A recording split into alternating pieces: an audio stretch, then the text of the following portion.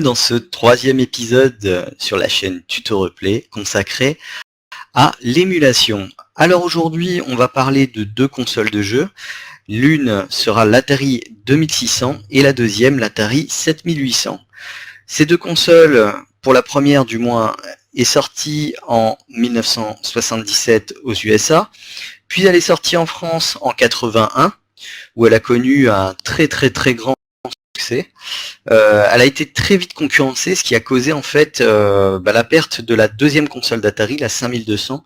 Voilà pourquoi je n'en parlerai pas d'ailleurs, puisque c'est une console qui a fait un flop, malgré la sortie de quelques titres phares, mais qu'on retrouvera sur l'Atari 7800 en meilleure qualité, mais qui causera aussi la mort de la section console d'Atari.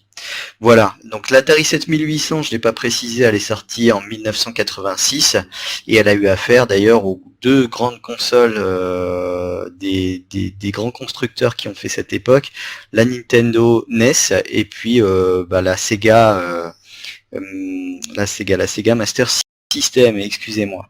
Donc, pour commencer à installer ces émulateurs, on va se rendre sur le site de mondemule.net que je vous ai présenté dans la précédente vidéo. Sur ce site, vous allez vous rendre donc sur les premiers onglets. Là, on a l'Atari 2600, on va cliquer ici, puis on va se rendre ensuite sur les émulateurs.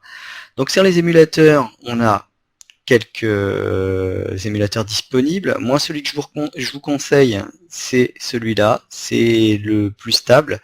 Il y a un Stella X avec une version 1.2 qui n'est pas la plus stable. Donc c'est pour ça que je vous la conseille pas, même si elle est en français. Mais prenez Stella 375. Voilà. On va l'installer sur le bureau. Et puis, on va faire comme à notre habitude. On va décompresser le fichier. Et on va supprimer le fichier original. Dans le dossier de Stella, vous allez avoir une petite particularité, c'est ces deux dossiers. Donc sur ces deux dossiers, vous avez un dossier 32 bits, un dossier 64 bits. Il faut savoir que pour identifier la version qui fonctionnera sur votre Windows, il faut savoir justement si votre Windows est 64 ou 32 bits. Pour savoir cela, si vous êtes sur un Windows en Windows 7 ou un Windows antérieur, il suffit de faire clic droit sur le poste de travail en allant dans le menu démarrer. Vous faites clic droit sur le poste de travail et vous faites propriété. Et vous verrez s'afficher une fenêtre que je vais vous montrer. Mais je vais vous montrer moi donc sous Windows 8 comment on procède. Vous faites clic droit ici et vous allez sur Système. Donc si vous faites la même chose sous Windows 7 en faisant clic droit propriété sur le poste de travail, vous aurez là le même genre de fenêtre et vous aurez le type de système avec indiqué si c'est 64 ou 32. Voilà. Pour ma part, c'est un x64, donc on va se rendre sur ce répertoire. Ce que je vais faire pour me simplifier la vie, je vais garder que la version qui me concerne, je vais la mettre sur le bureau, je vais fermer ça et je vais supprimer le reste du répertoire. Voilà. Comme ça, on est paré. Dans ce répertoire, je vais créer un dossier et l'appeler ROM, comme sur les autres émulateurs. On va se rendre maintenant à nouveau sur le site de Mondemule et on va cliquer sur Atari 2600, puis sur ROM, et on va aller chercher un jeu qui a fait le succès de cette console à cette époque-là, c'est Pac-Man. Donc Pac-Man, hop, voilà, Pac-Man, que je télécharge, donc toujours faites attention aux publicités, hein, ne cliquez pas sur n'importe quoi. Par exemple, ça, ce n'est pas le lien de téléchargement, ça vous envoie sur une publicité, c'est là qu'il faut cliquer. On enregistre sur le bureau, je referme, je baisse, et on va décompresser le Pac-Man et le glisser dans le dossier ROM. Je supprime, et on va lancer notre petit logiciel, donc Stella.exe, qui est une interface vraiment très épurée. Donc là, on va aller sur le bureau, excusez-moi, c'est le bureau 2. On va ensuite dans la partie 64 bits, ROM, et on va chercher notre ROM de Pac-Man. Alors comme vous pouvez le voir, il y a encore beaucoup de déclinaisons. Comme d'habitude, hein, sur mon émulé, ils nous mettent toutes les versions existantes. Je vais prendre celle-ci qui, à mon avis, est la version de base. Et c'est parti. Et voilà, nous sommes dans Pac-Man. Donc aucune configuration à faire par contre pour les périphériques parce qu'il n'y avait pas vraiment de joystick disponible sur cet émulateur. Donc pour utiliser le jeu, il suffit d'appuyer sur espace et puis d'utiliser les flèches simplement pour jouer. Donc vous connaissez peut-être un peu le principe de Pac-Man, hein, il faut ramasser toutes les petites gommes et puis éviter les fantômes. Si jamais les fantômes s'approchent de vous, eh bien vous essayez de prendre une des grosses gommes et vous verrez manger les fantômes pendant un temps donné. Bon, c'est très simple, c'est rudimentaire, le jeu n'est pas beau du tout, c'est clair, mais c'est juste le plaisir de redécouvrir un peu tous ces émulateurs qui ont fait une époque, hein. Tous ces émulateurs, toutes ces consoles qui ont fait une époque, excusez-moi. Pour l'instant, bon voilà. Bon, on va s'arrêter là, c'est pas la peine que je vous fasse la démonstration complète. Je pense qu'on a compris. Voilà, je fais échappe donc pour sortir du jeu et je quitte. Voilà. Donc voilà pour l'émulateur d'Atari 2600. N'oubliez pas que si vous voulez renommer le répertoire, vous pouvez faire un simple clic et puis ensuite renommer par exemple avec Atari 2600. Voilà. Bon, ensuite, on va retourner donc sur mon émule et je vais vous montrer la version de l'Atari 7800. Donc on va faire la même chose, on va aller sur émulateur et on va se rendre donc sur le meilleur des deux émulateurs. De toute façon vous avez une note qui correspond à chaque fois, en général on ne se trompe pas grâce à ça. On prend ProSystem qu'on va enregistrer sur le bureau. Voilà. On va faire la même opération que tout à l'heure, c'est-à-dire qu'on va décompresser notre dossier, encore une fois. Tiens, petite lenteur, bon, ça peut arriver, on va patienter un petit peu, voilà. Je supprime mon fichier, je me rends dans le dossier de ProSystem, et je vais créer à nouveau mon petit répertoire ROM, comme j'en ai l'habitude.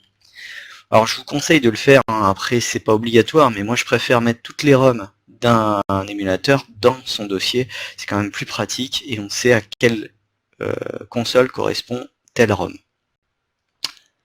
Voilà, donc on va ensuite retourner sur notre lien 7800, aller dans ROM, et puis je vais aller vous chercher un jeu pareil qui est un peu représentatif donc de cette console, même s'il était sorti sur la 5200 à une époque, il a été quand même il a connu un meilleur succès une fois arrivé sur la 7008. Donc ce jeu c'est Donkey Kong. Voilà, celui-ci, qui va faire apparaître pour la première fois deux personnages très connus de chez Nintendo, puisqu'on va voir Donkey Kong lui-même et Mario, qui ne portait pas ce nom-là à cette époque-là. Top. Voilà, on va extraire encore le dossier Donkey Kong, que je vais glisser dans le dossier ROM. Voilà. On va aller sur ProSystem. Voilà. Et dans Options, vous avez, alors normalement, si je ne dis pas de bêtises, Input, voilà, contrôleur 1. Et on va régler le contrôleur. Donc là, c'est très simple. Vous prenez votre manette, quoique je dis une bêtise, je crois. Il suffit juste de sélectionner. Et voilà, alors tout se fait à la souris, excusez-moi. Vous ne prenez pas votre manette pour configurer sur ce contrôleur-là. Vous sélectionnez directement, en fait, le nom de votre manette. Sinon, vous laissez clavier et vous mettez une touche qui correspond. Moi, je préfère attribuer ça sur mon paddle, ma manette, et sélectionner donc ce qui correspond. Alors, si vous avez un joystick, ce sera Axis, ce sera pad qu'il faudra sélectionner. Si par contre, vous non, ce sera Axis pour le joystick et ce sera Pad pour le paddle du. Je sais pas si vous voyez la différence. Un paddle, c'est une petite croix directionnelle, alors que les axes d'un joystick, le joystick, ça dépasse de la manette, quoi, hein. C'est un petit stick qu'on déplace. Donc moi, pour le coup, je vais utiliser le paddle, donc je vais mettre Pad up, Pad down, toc, toc. Je vais sélectionner ensuite pad left, pad right. Ensuite, là, on va sélectionner le bouton. Alors moi, ça correspond au bouton 2. Essayez de les placer correctement par rapport à votre manette. D'ailleurs, petit conseil, pendant que je sélectionne, vous pouvez savoir les boutons de votre manette en général en allant dans le panneau de configuration. Alors je ne sais pas si ça va être visible sur Windows 8. Je ne sais plus si c'est encore possible. Avant, il fut une époque, je sais que c'était faisable. Alors, qu'est-ce que j'ai fait? Périphérique imprimante.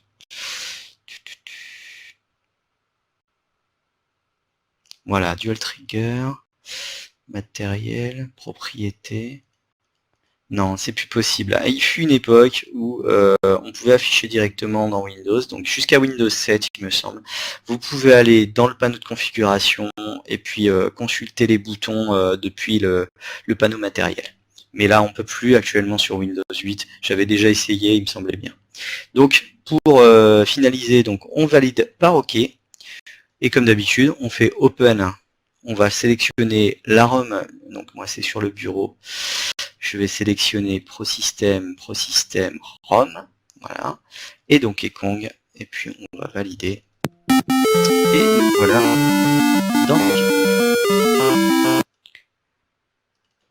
Alors, je vais peut-être faire mélangeur. Voilà, je vais baisser un peu le son de l'émulateur, chose que je n'ai pas faite tout à l'heure. J'espère que ce n'était pas trop insoutenable. On est parti donc. Et donc on va sélectionner. Alors je sais pas si vous reconnaissez la petite musique, mais cette musique a été reprise dans les Donkey Kong sur la console de Nintendo.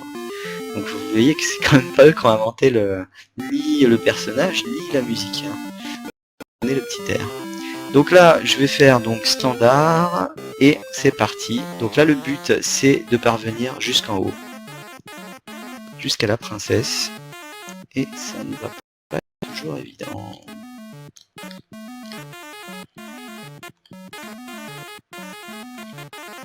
Hop, je crois que je suis dans le caca. Et oui, je suis dans le caca. Donc, bon, vous avez vu un peu le principe, c'est quand même relativement simple. Je vais en refaire une petite dernière en espérant que ça se passe bien.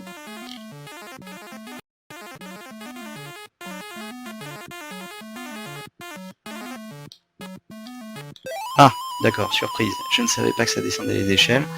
Donc bon, enfin bon, vous avez compris le principe. On va s'arrêter là. En tout cas, je vous remercie d'avoir suivi ce tutoriel. J'espère que vous avez apprécié ma foi le jeu, les applications du moins qui permettent de faire fonctionner à nouveau ces jeux très anciens et qui datent d'une autre époque, mais qui permettent un peu de revisiter l'histoire du jeu vidéo. Voilà, je vous remercie beaucoup et je vous souhaite une très bonne journée. Au revoir.